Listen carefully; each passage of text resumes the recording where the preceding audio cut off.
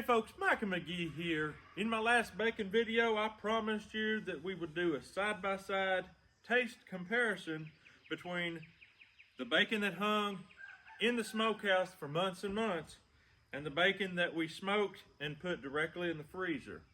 You can see a big difference in the size of it. This bacon here, of course, there's from different pigs, so probably different size bacon to begin with, but the bacon here is visibly and physically you feel it's denser. There's been a lot of moisture loss there. This bacon here, thicker, heavier, but not as dense as far as the fat is more soft and floppy, which you'll be able to see here in a second after I slice it up. Now, if you remember my last bacon video, I stood here and I sliced this bacon in the rain.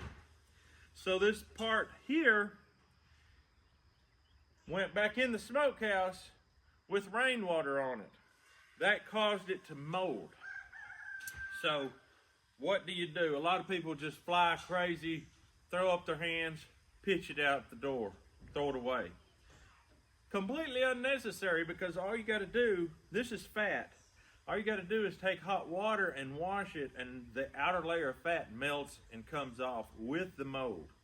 Not a problem whatsoever. But a lot of people would have a real hang-up right there. But if you're going to live like we live, you've got to learn how to overlook some of those hang-ups, because throwing food away is not a very good option at all. I'm going to cut a piece of bacon here. I'm going to cut a piece of bacon here and show you the difference on the front end of it. And then we're going to naturally fry these up and see what the difference is on the back end of it. Let's do it.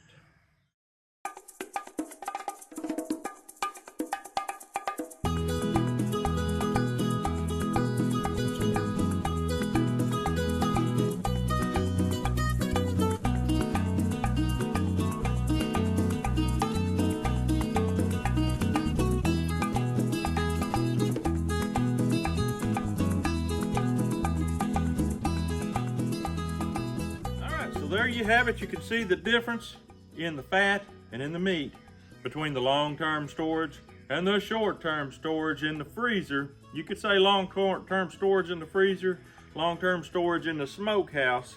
No refrigeration whatsoever, just like your great-great-grandpappy did it. Let's get in there and cook it and see what the difference is for the taste, texture, and flavor. All right, Frank, you gonna eat some of this bacon, son? I may. You may. You know good and well you will. You'll eat. I'll be lucky if I get any. He got real quiet about that, boys and girls. All right, we're in the summer kitchen. We got our wood stove rolling. We got our bacon. 2 skillets. I'm gonna fry them separate. I don't want there to be any mistake about them being mixed together and not being so great. So I'm just gonna do it like this.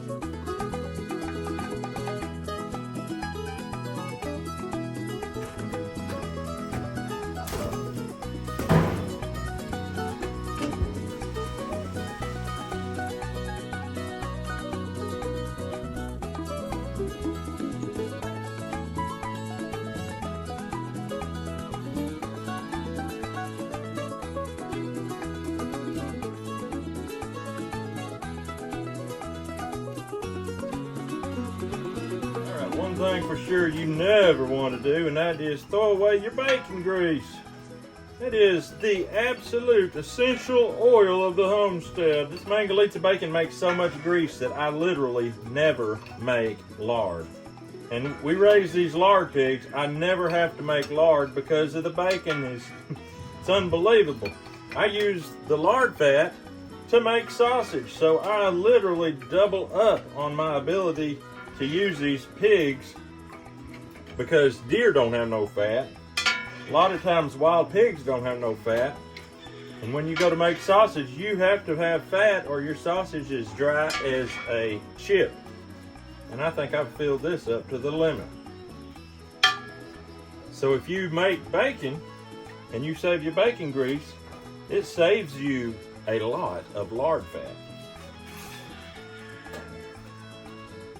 Now Now right here is the two different bacons. They are visibly different in color. Let's get in the house and see how the kids like it. All right, guys, let's try this bacon out. That down there was frozen. This here was never frozen. This is the long-term storage. Thank you, man. This is going to be an interesting taste test. I don't know that we've ever... I know for a fact we have never done this experiment before. You want some coffee, son? Oh, I can't get no reaction out of the old booger. Put me about 2 or 3 pieces of each on there. Frank's already eating. He's already eating. I tell you what. You know, I think old Bob's right. I think you are so addicted to bacon that you would do anything to get your hands on some. I thought coffee was his bad habit, but no. He is the baconator. The old wise one. Oh my goodness. Okay, we can clearly see a difference between these bacons. One of the biggest differences was the frozen bacon that was fresh was the largest going in the pan. It shrank. What shrank real fast? Like what? I don't know. You don't know. It shrunk like nothing that I've ever seen before. The bacon that hangs in the smokehouse for months and months on into the summer retains its size. It does give off some grease, but not near as much as the fresh. All right, let's try the fresh bacon straight from the freezer. Sorry, you can't try it with me because you don't have a plate. I know. They put them. This one. Where's your plate go? Very well. I couldn't say it. What do you think about it, boys? It's good, of course. There is really no bad bacon. The fat's a little more, perhaps crumbly in your teeth. The meat stands out as just a salty, cured meat that has that renowned chewable toughness. It's just not, it's not real tender, but it's good and it's easy to chew. Now let's try the bacon that hung in the smokehouse all the way till mid-July. Chews up easier, don't it? It's a lot better. Wow.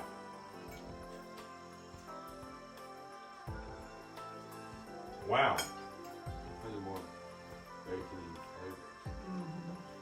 flavor. That is incredible. You would think fat hanging out in, yesterday hit 89 degrees.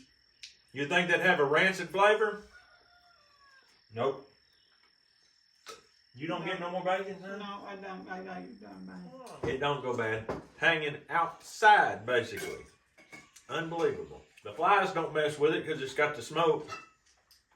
It don't go bad because it's got the salt.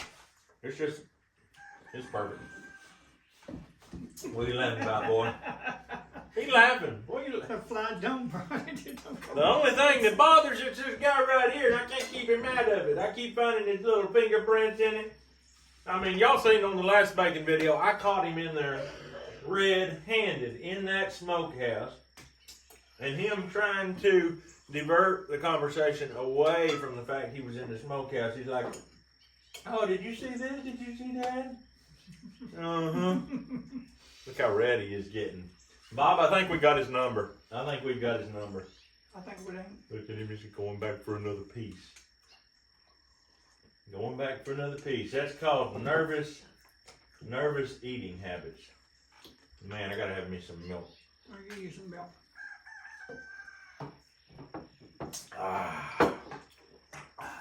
All right, folks, there you have it. Some of us think that the long term is better.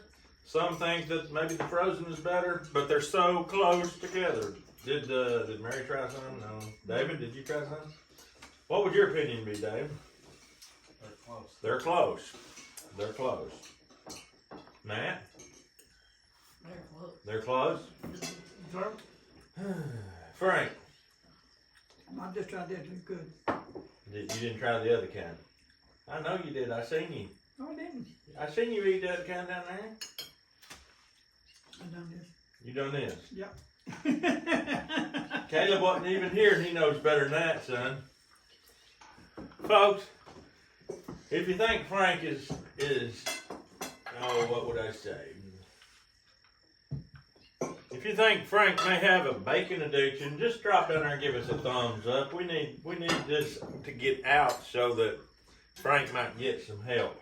This guy needs some help. Oh, but that's all we got for you today, folks. We hope you have a wonderfully great day. We'll see you on the next video. Bye, everybody.